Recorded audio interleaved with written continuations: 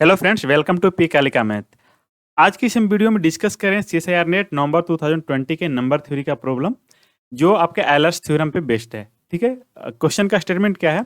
The last two digits of this number are. Okay, एक number दिया गया है आपको जिसमें कुछ कैलकुलेशन करके आपको बताना है कि इसका लास्ट टू डिजिट क्या होगा। नंबर थ्योरी में कुछ रिजल्ट है जिनको हम एक बार रिकॉल कर लेते हैं।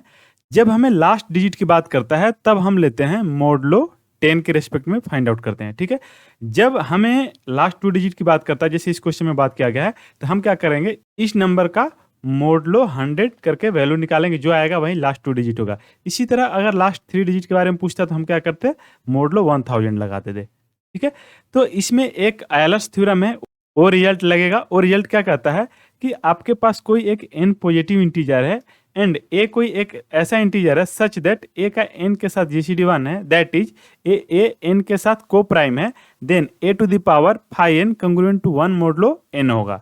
दैट इज a के पावर फाइ n जो होगा उसका मोडलो n के रिस्पेक्ट में वैल्यू 1 होगा। ठीक है, तो इस रिजल्ट को यूज करके हम लोग इसको रिड्यूस करेंगे एंड देन कोशिश करेंगे कि सिंप्लीफाई करके मोडलो 100 के रिस्पेक्ट में देखने के लिए कि इसका वैल्यू क्या आ रहा है। ठीक है, आपके एग्जाम में वर्चुअल कैलकुलेटर भी अलाउड होता है, तो आप कोशिश करेंगे कि कैलकुलेटर की हेल्प से भी कुछ कैलकुलेशन करें।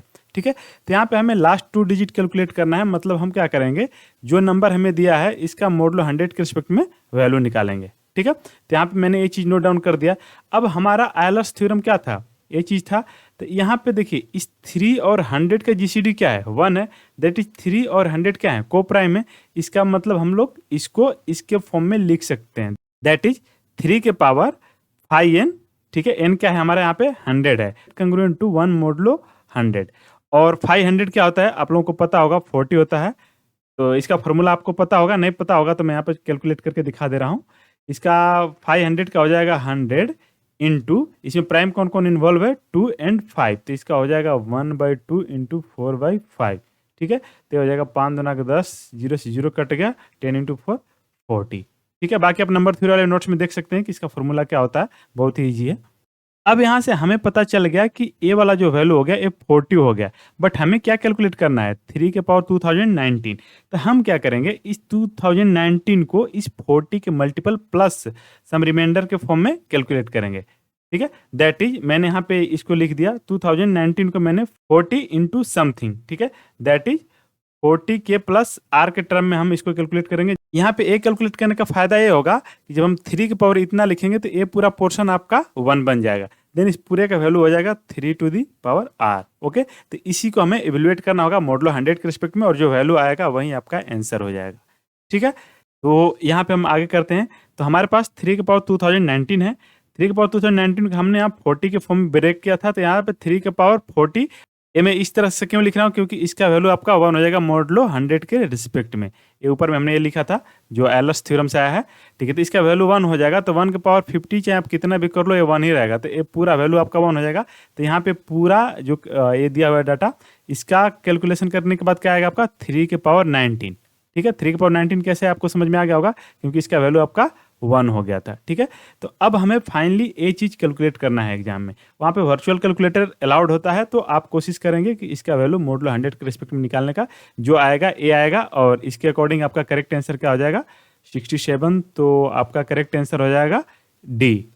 ठीक है, तो इस तरह से आपका ऑप्शन डी ट्रू होगा। बट अगर आप इसको प्रैक्टिस करके देखना चाहते हैं कि 67 कैसे आया, तो इसको मैं एक लेमन अप्रोच बताता हूँ, मतलब इसमें कंप्यूटर का कोई काम नहीं है, आप अपने से ऑब्जर्व करेंगे। आप क्या करेंगे, 3 का पावर आपको ऑब्जर्व करना है मोडलो 100 के रिस्पेक्ट में। ठीक है, मोडलो 100 कहने का मतलब कि आपको जेड 100 में देखना है। अब स्टैक्ड अलजेब्रा में आप पढ़े होंगे जेड 100, इसका मीनिंग आपको पता होगा। इसके एंट्री क्या होते हैं, 0 से लेके 99 तक। ठीक है, इस टाइप से होंगे। ओके, तो आपको जेड 100 में वैल्यू देखना है, 3 के पावर 1 का क्या होगा, 3 के पावर 2 का क्या होगा, 3 के पावर 3 का क्या होगा। लेकिन ये बहुत बड़ा पड़ जाएगा ना कैलकुलेशन करने के लिए, हमें क्या निकालना है, 3 के पावर 19 को कैलकुलेट करना है। तो आप क्या करेंगे, इसको कोशिश करेंगे छोटे छोटे फॉर्म में ब्रेक करने के लिए।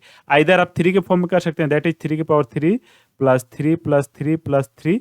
तो अगर इसका वैल्यू छोटा हो रहा है तभी आप इस फॉर्म में ब्रेक करिए। तो आप कुछ ऑब्जर्व करेंगे, जैसे मैंने यहाँ पे किया है, 3 की पावर 1 क्या देगा, 3 देगा, 3 की पावर 2 क्या देगा, 9 देगा, 3 की पावर 3 क्या देगा, 27 देगा, 3 की पावर 4 क्या देगा, 81 देगा, 3 की पावर 5 क्या देगा, 43 देगा, 3 की पावर 6 क्या देगा, 29 देगा। तो ये मॉडलो 100 के रेस्पेक्ट में सारे वैल्यू हैं। इसी तरह आपको कैलकुलेट करना होगा, तो ज़्यादा करने की जरूरत नहीं है। अगर आप यहीं पर रुकना चाह रहे हैं तो इसका मतलब देखिए आप क्या करेंगे, इसके जगह आप लिखेंगे 3 के पावर 3 प्लस 3 प्लस 3 प्लस ऐसे 6 टाइम लिखेंगे, ओके, और एक बार प्लस में 1 बचेगा।